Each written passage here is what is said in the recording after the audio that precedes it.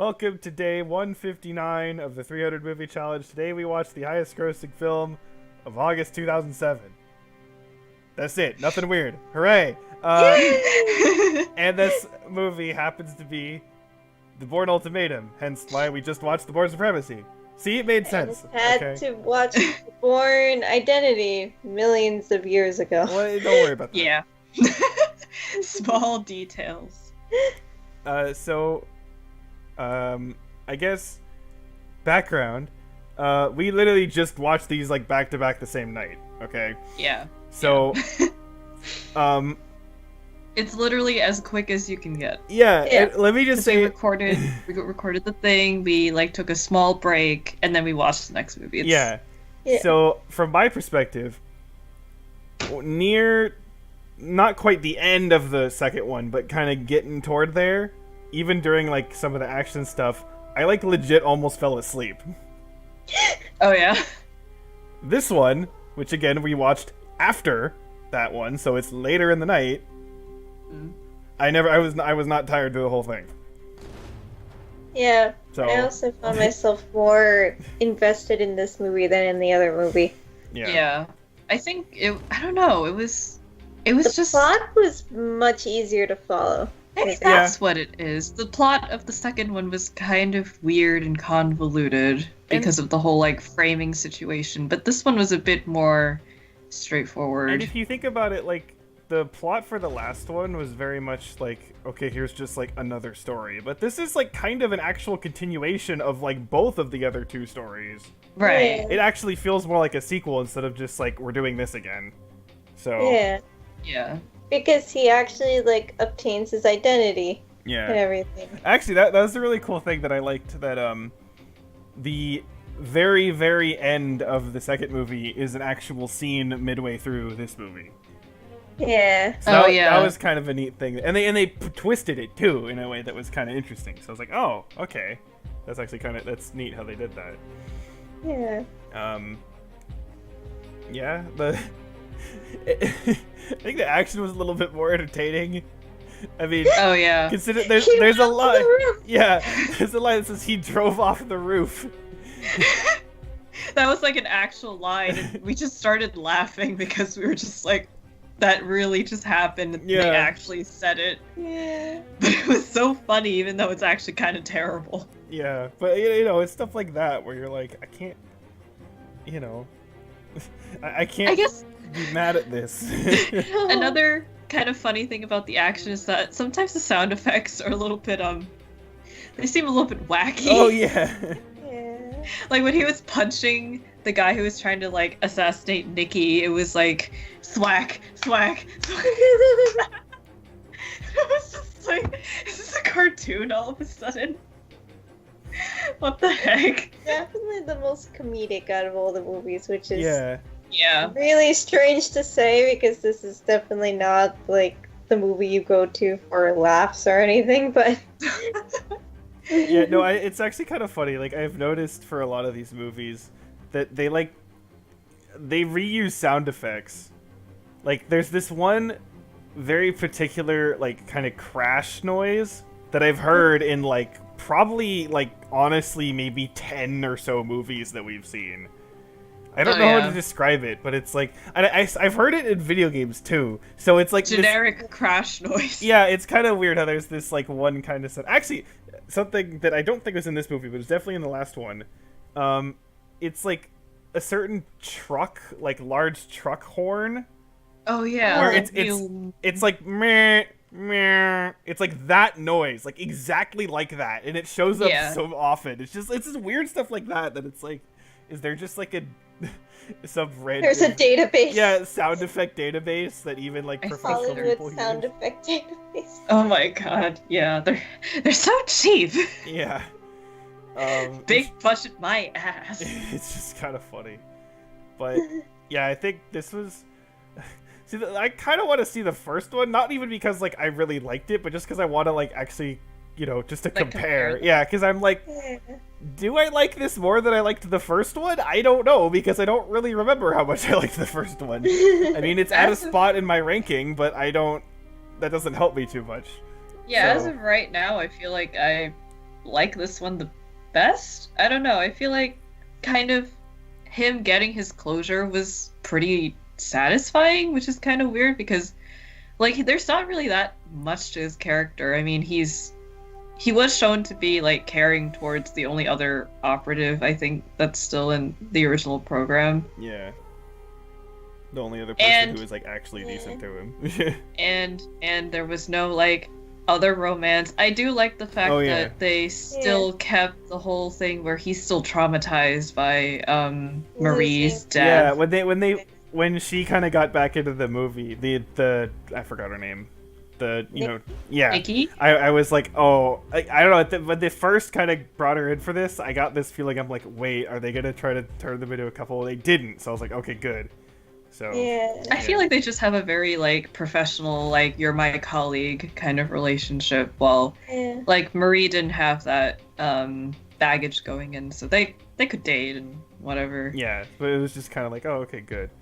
And then see, there was something else. This is something that actually was kind of true about the second one as well, and probably the first one too. But I felt it was the most noticeable here, where the whole kind of point of this is that he's always like one step ahead of the other guys, right? The CIA or whatever. And I realized that like it's usually when movies do something like that, it's usually not the protagonist that's like that. It's the villain who's like one step ahead of the protagonist, right? That's true. So it's kind of like a subversion of that in a way. And I know it's not like no one's ever done that before, but it's something that's a bit rarer, and it's kind of like, oh, okay, it's nice to kind of see it in a little bit of a different perspective. So, yeah. Yeah, I like the part where he broke into like the headquarters after he kind of tricked them into being like, oh, I'm actually going to meet the lady here, and they all left. And then he was like, okay, I'm going to go steal the documents now. Yeah. And then the guy in the car was like, oh, I'm in my office, and he was like, that's not true. And the guy was like, how do you know that? And it's like then we would be talking face to face, and then he hangs up, and the other guy's like, "Oh fuck." Yeah. it was kind of because like that guy like I don't know. I don't think you'd classify him as like the villain or whatever, but like he's very much like, you know, the movie portrays him as like not a good person. But like at the same time, because he what's the word to use?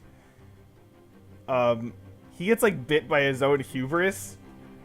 Because he's like thinks like, oh, I totally know what's going on.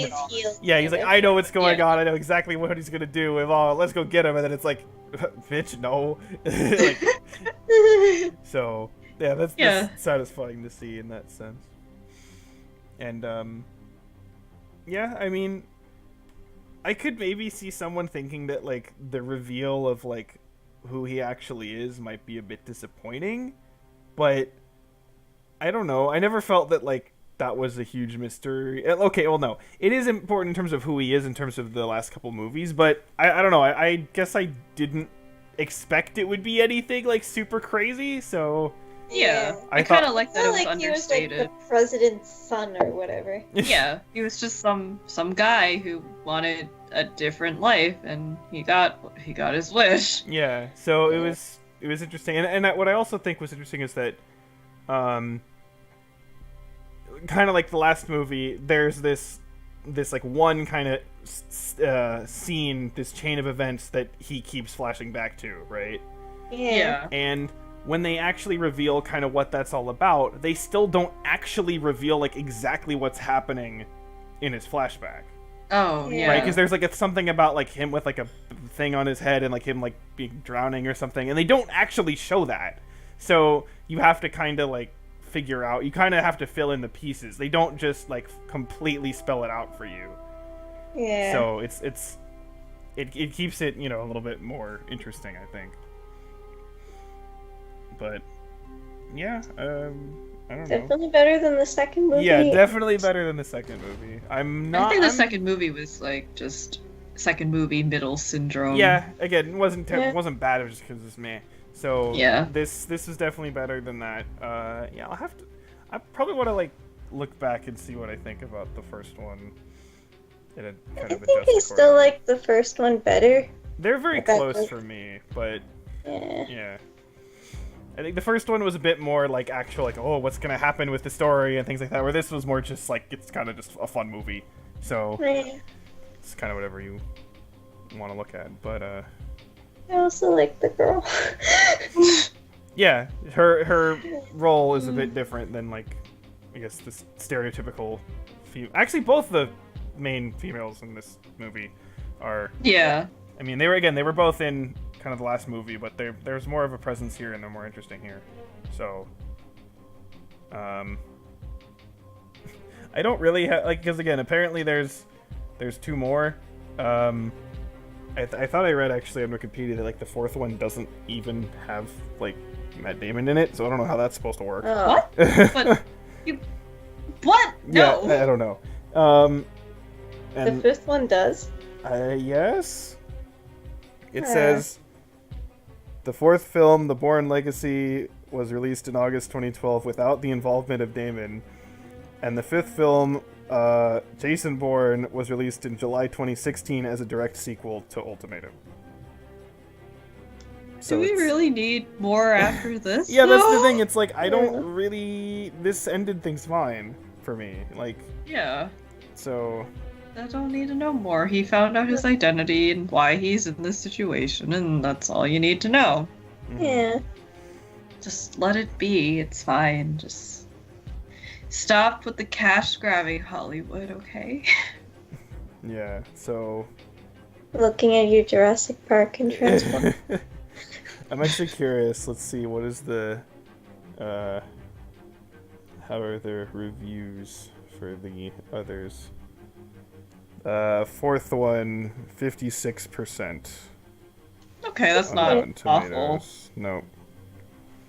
I think these last... I think the first and the third one, I think, are like 80-something, and I think the second one was like 65 or something like that. Oh, yeah, that's understandable. Right. So, yeah, that's and let's pretty see. accurate. The fifth one...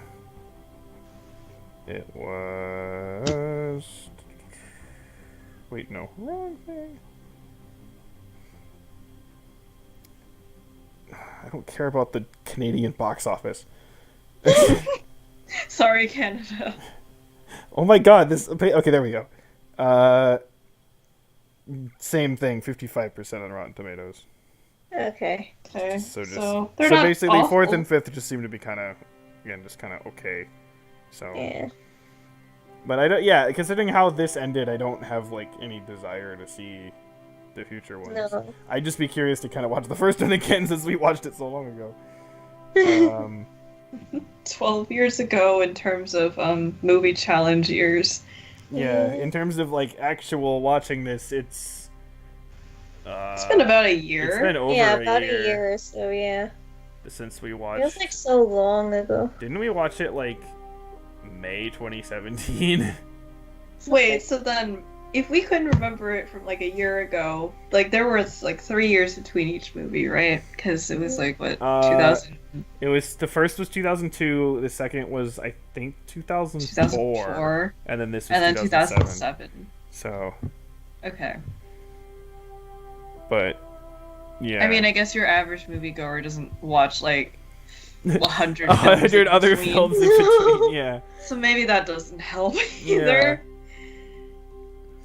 But Unless you're a movie critic, but yeah, well, they should be used to it. We're just lowly peons.